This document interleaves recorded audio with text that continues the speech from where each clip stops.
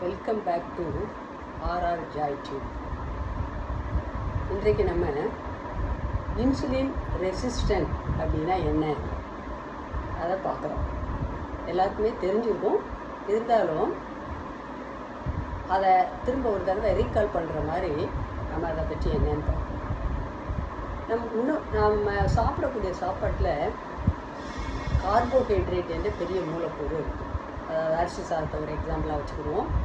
அந்த கார்போஹைட்ரேட் ஜீரணித்தல் மூலமாக சிறிய மூலக்கூறு, அதாவது குளுக்கோஸாக மாற்றப்படுது. ஏன்னா குளுக்கோஸ் மூலக்கூறு தான் ரத்தத்தில் கலக்க முடியும், கார்போஹைட்ரேட் கலக்க முடியாது. இப்போ நம்ம சாப்பிட 3 வேளையும் சாப்பிட்றப்ப ரத்தத்தில் குளுக்கோஸோட அளவு அதிகமாகும். இப்படி அதிகமானால் நமக்கு தெரியும், ரத்த சர்க்கரை நோய் வந்துடும். அதனால் இயற்கையிலேயே கணையம் என்ற நம்ம உடலில் இருக்கக்கூடிய ஒரு சுரப்பி இன்சுலின் என்ற ஒரு ஹார்மோனை உற்பத்தி பண்ணுது.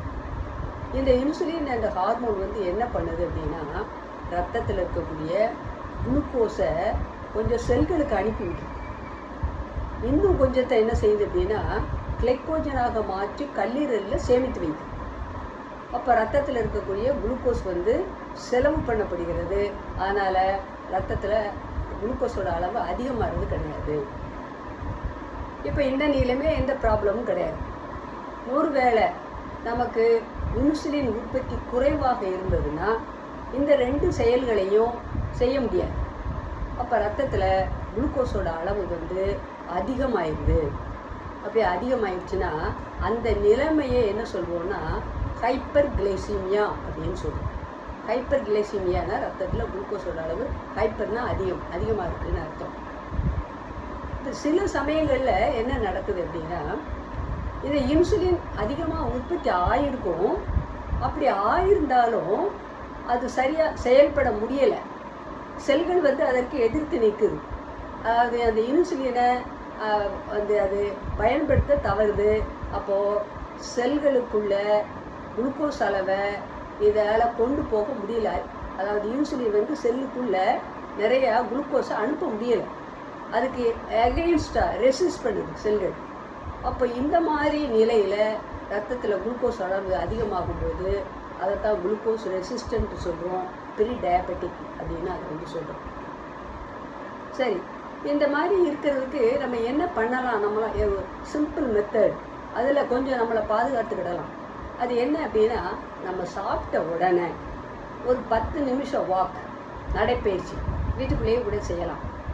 அப்படி செய்யும் பொழுது என்ன நடக்குன்னா, இந்த செல்கள் யூஸ் பண்ணாத அந்த குளுக்கோஸை நம்முடைய மசில்கள் தசைகள் என்ன செய்யுதுன்னா அந்த குளுக்கோஸை எடுத்துக்கிறது.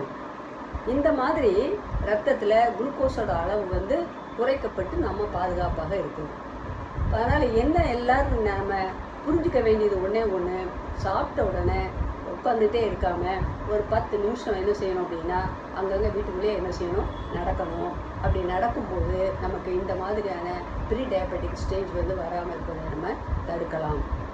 இன்னொரு இன்ட்ரெஸ்டிங்கான நியூஸ் என்ன அப்படின்னா, இது ஒன்று தான் நம்ம உடலில் நடக்குதா அப்படின்னா, எப்பயுமே ஒரு வினைக்கு எதிரான வினை நம்ம பாடியில் நடக்குது.